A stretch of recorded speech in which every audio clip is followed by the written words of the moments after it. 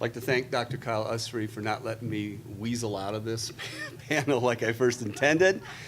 And since no good deed can go unpunished, everything I say and do tonight can and will be held against you. My friend. All right. Let me begin here. When Jesus said that we must become like children to enter his kingdom, he said something both intuitively beautiful and yet deeply mysterious. What exactly did he mean? I can't say that I know for sure, but in watching children, it seems clear that they exude great hope and joy of life.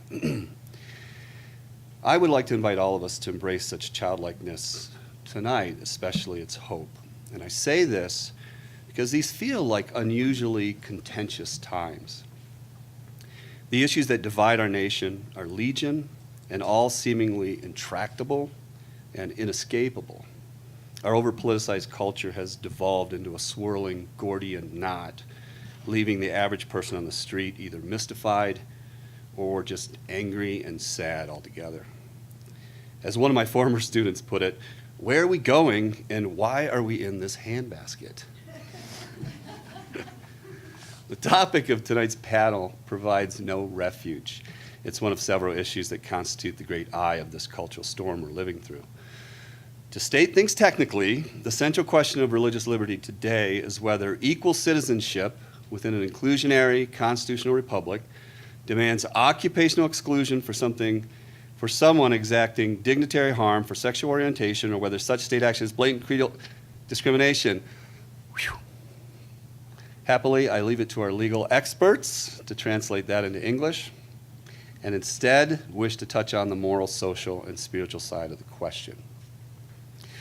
For the greatest problem this issue entails is neither constitutional in nature, nor can it be solved by constitutional measures. The only way forward is to rediscover the meaning and significance of civic friendship. Western civilization, historic Christianity, and the American experiment in constitutionalism are unparalleled resources for us to rediscover such friendship. And I'd like to draw on these rich resources tonight to enable such a rediscovery.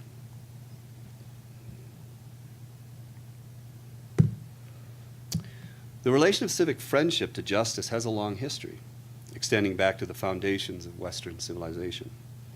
It was Aristotle who noted that justice, however important as a foundation for community, is far inferior to the benefits of civic friendship, and that civic friendship creates and constitutes the health of one's community. As he puts it, when people are friends, there's no need for justice.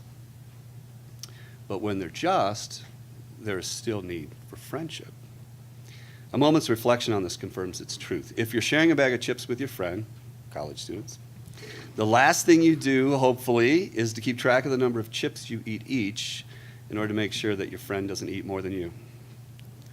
Genuine friendship can never be so petty because it necessarily involves goodwill, generosity, and the satisfaction of sacrificing here and there to see your friend smile. On the other hand, justice is decidedly limited in developing community because it's too exacting and often involves punishment. By its very nature, it lacks generosity and nobility. To put things bluntly, one does not bond with a judge who rightly sentences you to jail, nor does your heart swell with affection for your jailers. In short, to merely and always and bitterly demand unremitting justice is to live less than a noble life. Surprisingly, it's unworthy of a life well lived, and no amount of lawsuits or favorable Supreme Court rulings can elevate a community above mere justice towards the nobler ground of civic friendship. Similarly, biblical Christianity offers a cautionary tale which illuminates why civic friendship is so hard to come by.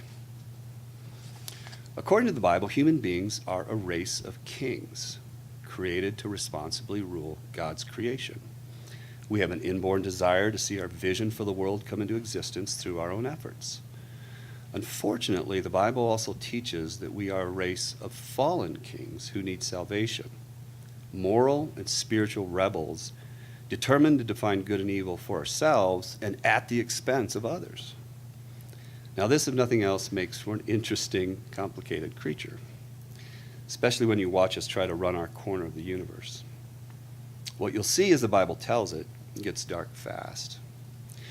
It's not an accident that the very first sin recorded in the Bible against a man involves a brother against a brother. And it's not just a sin against one's physically closest equal, but a crime. And it's not just a crime, but murder, the worst crime one can commit. To make matters worse, the story reveals that this murderer feels nothing. The key to this story, why it relates in a frightening way to each of us, is that we can all see ourselves in why Cain acted as he did. Cain thinks, feels, and acts like a fallen king. As a king, he's a creature of great self-importance. He feels pride in his own inherent dignity. As a fallen king, however, he is highly susceptible to wounded pride. When God rejects Cain's offering, he considers himself dishonored, and moral indignation consumes his heart and mind. Completely blinded by his moral indignation, Cain lashes out in bitter destruction with no evidence of any conscience. He knows and feels that his otherwise horrible actions are justified. After all, what is one's brother's or one's baker's or one's florist's innocence in comparison with assuaging one's own sense of dignitary harm? Abel, though he did no harm, had the singular misfortune of merely wounding a neighbor's pride. The point is that any of us could be Abel, and any of us Cain. We are as vulnerable to destroying others without a conscience as to being destroyed by the same.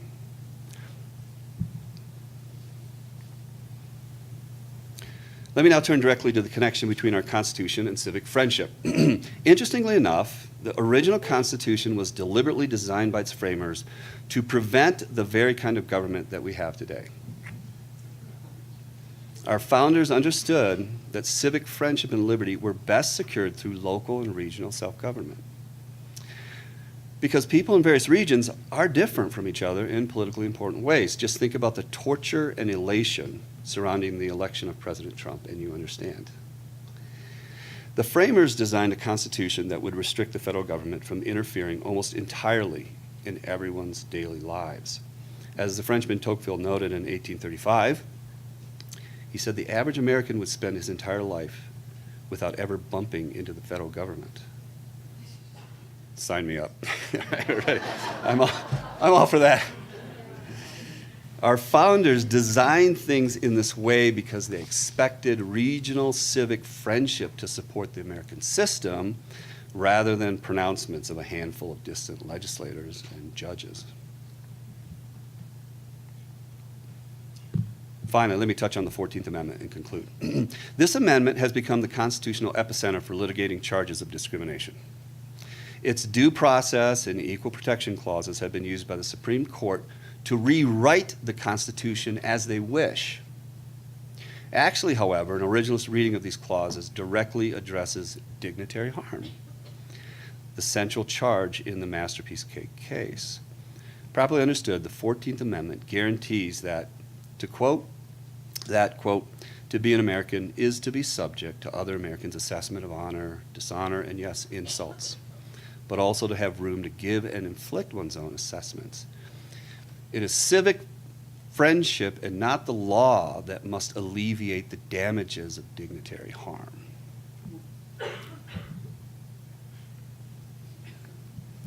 Let me close by returning to childlike hope and offering what I take to be the only real solution for going forward together as a nation. What we need is for decent, sane-minded citizens from all over Colorado and from every community, whether Christian or LGBT or otherwise, to somehow reach out to each other and then tell our state government just to stop. Excuse me, to stop picking on little people who've done no substantive harm, to stop trying to solve a non-legal problem by bullying them with legal whips and chains, to stop caning around with our chance for civic friendship.